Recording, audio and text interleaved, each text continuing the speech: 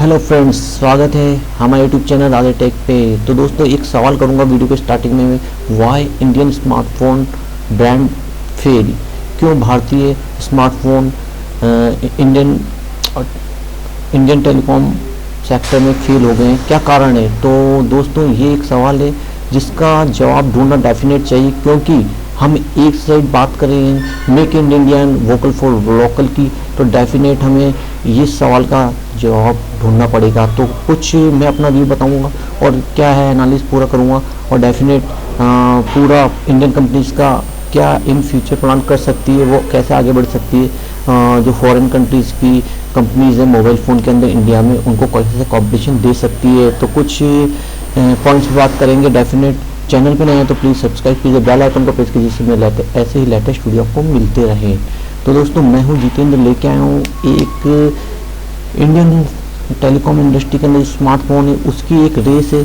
उस रेस के अंदर भारतीय कंपनियां क्यों पिछड़ गई, और काफ़ी पिछड़ गई, और अभी कोई भी उनका अता पता नहीं है कि 2 से 5% के अंदर जो पूरा मार्केट शेयर है, इसके अंदर 2 and 5% के ऊपर ये स्टैंड कर रही है, और वो भी कौन खरीद रहा है। डेफिनेट अगर बात की जाए स्मार्टफोन की, तो डेफिनेट आपके हाथ में भी डेफिनेट जो मोबाइल पे आप वीडियो देख रहे हैं, डेफिनेट ये एक फॉरेन कंपनी का होगा। डेफिनेट आपके पास कौन सा स्मार्टफोन है कमेंट बॉक्स में बताना नहीं भूलिए, और अगर इंडियन कंपनी का है तो डेफिनेट बताइए। तो मुझे तो जो अपना व्यू लगता है डेफिनेट फॉरेन कंपनी का ही होगा आपके पास भी।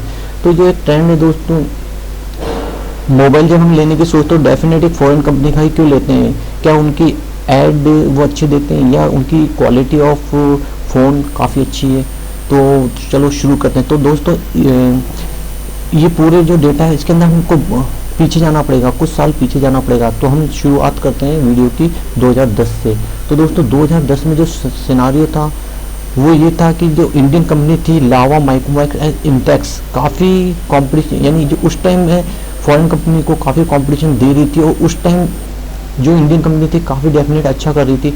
उसके अंदर बात कर लेंगे माइक्रोमैक्स की। माइक्रोमैक्स डेफिनेट एक बड़ा प्लेयर था 2010 के स्टार्टिंग में, एंड 2011, 12, 13 तक, एंड 14 तक एक बड़ा प्लेयर था, और काफ़ी कंपटीशन में नंबर 1 कंपटीशन दे रहा था सैमसंग को भी। तो डेफिनेट काफ़ी अच्छे जो उसने जो स्टार्टिंग में जो अपना गेम प्लान रखा वो ये था कि जो इंडिया में स्मार्टफोन से एंड्रॉयड की ओर जा रहा था इंडियन टेलीकॉम इंडस्ट्री, जो मोबाइल्स की जो फीचर था डेफिनेट स्मार्टफोन से वो एंड्रॉयड में शिफ्ट हो रहा था। तो उस टाइम जो 2010 में माइक्रोमैक्स ने क्या किया, वो गया चाइना, और चाइना से लेके आया फ़ोन्स, और उसकी क्वालिटी ऐसा कुछ अच्छी क्वालिटी के नहीं थे, और डेफिनेट क्वालिटी में उसने कॉम्प्रोमाइज़ किया, और उन क्वालिटी जो बोल सकते चीप तो नहीं, हाँ डेफिनेट लो क्वालिटी के फ़ोन्स थे, और डेफिनेट मुनाफे का एक जो था दिमाग में कि मुनाफा और एक प्रॉफिट का जो था, तो डेफिनेट माइक्रोमैक्स ने काफ़ी प्रॉफिट कमाया 2010, 11, 12, 13, 14, यहाँ तक 2014 आते आते सैमसंग को बीट किया।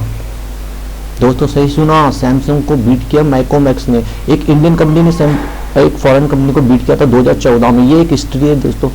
डेफिनेट उस टाइम उन्होंने प्रॉफिट पे ध्यान दिया, एंड देन प्रॉफिट और अपनी जो क्वालिटी ऑफ फ़ोन है वो तो चाइना से लेके आए थे, बस अपने फ़ोन्स के ऊपर अपना लोगो लगा रहे थे माइक्रोमैक्स का। तो देन उसके बाद जो क्वालिटी मेंटेन और प्रॉफिट पे ध्यान दिया गया, ओनली प्रॉफिट्स मेंटेन किए गए, और क्वालिटी और जो कस्टमर्स को है, कस्टमर्स का जो बेनिफिट बिल्कुल नहीं सोचा गया।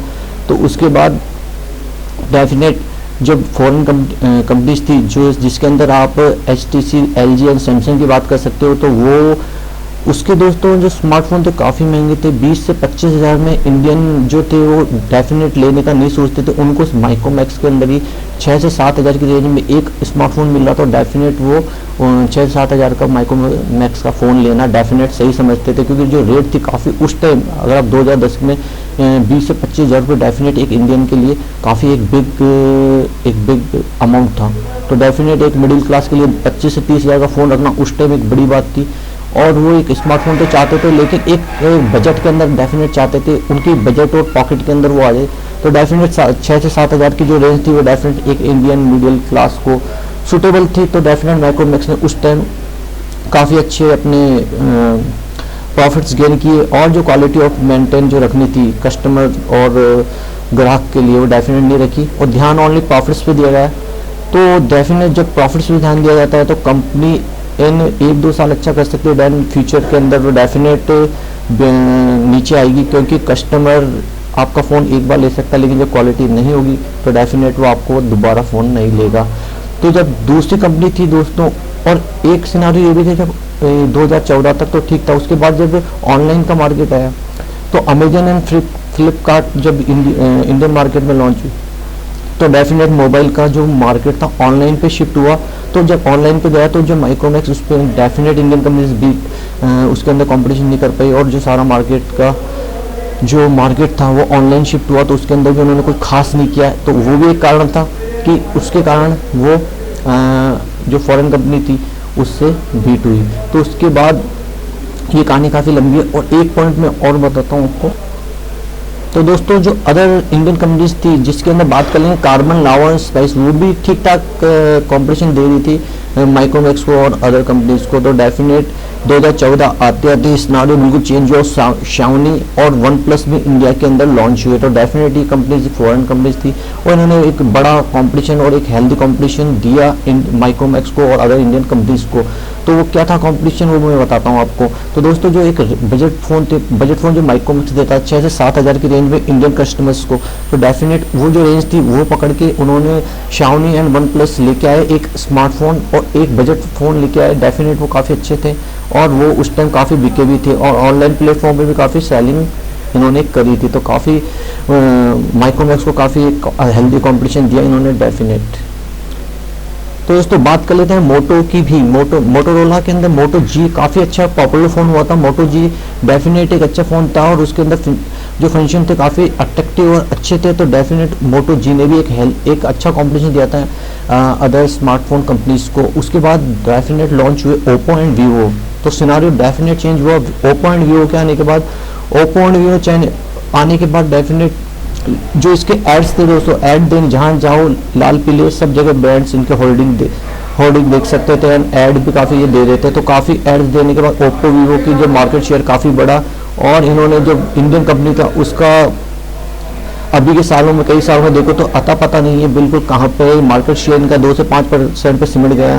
तो ये बहुत बड़ी रीजन थी जो स्टार्टिंग में इन्होंने प्रॉफिट पे ही ध्यान दिया अपना ओनली, और कस्टमर के जो क्वालिटी ऑफ मेंटेन काफ़ी उसमें ध्यान नहीं दिया। उसके बाद वो प्रॉफिट लेती गई। तो देन आफ्टर ये स्टोरी है कि माइक्रोमैक्स और अदर इंडियन कंपनीज बिल्कुल अपने ब्रांड पे ध्यान नहीं दिया, और वो फेल होती गई और कंपटीशन के अंदर बिल्कुल आउट हो गई। तो आउट ऑफ कंपटीशन हुई अपने कारण से, डेफिनेट अपने उनके खुद के कारण थे, क्वालिटी पे ध्यान नहीं दिया और अदर फैक्टर्स पे। तो डेफिनेट जो फॉरेन कंपनी आ रही मेंटेन ऑफ क्वालिटी जो मोबाइल्स दे रही है स्मार्ट मोबाइल, डेफिनेट वो अच्छी क्वालिटी के हैं, और उसकी क्वालिटी टेक्नोलॉजी काफ़ी अपग्रेड है, और जो रेंज है।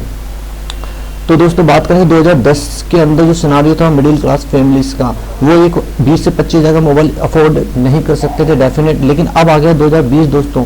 अब 2020 के अंदर 10 साल के अंदर काफ़ी सिनारियो चेंज हो चुका है। डेफिनेट जो बाई परचेज है इंडियंस की, डेफिनेट बाई परचेज बढ़ी है। अब एक नॉर्मली 20 से 25 हज़ार का फ़ोन एक नॉर्मल इंडियन डेफिनेट खरीद सकता है, क्योंकि जो परचेज ऑफ पावर है, जो इनकम ऑफ सोर्स है डेफिनेट बढ़े इंडियंस के। मिडिल क्लास फैमिलीज की बात की जाए तो डेफिनेट 50 से 60 हज़ार रुपये पर मंथ अर्निंग डेफिनेट हो रही है। एंड बिजनेसमैन की बात करें तो काफ़ी बिजनेस डेवलप हुए इंडिया में, और अदर सेक्टर्स में ऑनलाइन भी काफ़ी डेवलपमेंट हुआ है। तो डेफिनेट इंडियन मार्केट का जो सिनारियो देखा जाए तो उसकी भी बात कर लेते चलिए। इंडियन मार्केट का जो सिनारियो चेंज हुआ डेफिनेट, और जो इंडियन मार्केट के अंदर पोटेंशियल है दोस्तों, जो इंडियन मार्केट का ग्रोथ है डेफिनेट बढ़ेगा इन फ्यूचर मार्केट में। 2021-22 की बात की जाए तो डेफिनेट परचेजिंग पावर और इसके बाद डेफिनेट मार्केट बढ़ेगा। तो एक पोटेंशियल तो इंडियन मार्केट में डेफिनेट, तो उसको बीट करने के लिए इंडियन कंपनीज को क्या करना पड़ेगा। इंडियन कंपनीज को जो मेरा व्यू है वो ये है कि थोड़ा अपनी क्वालिटी पे मेंटेन करना पड़ेगा, एंड टेक्नोलॉजी थोड़ी अपग्रेड करनी पड़ेगी।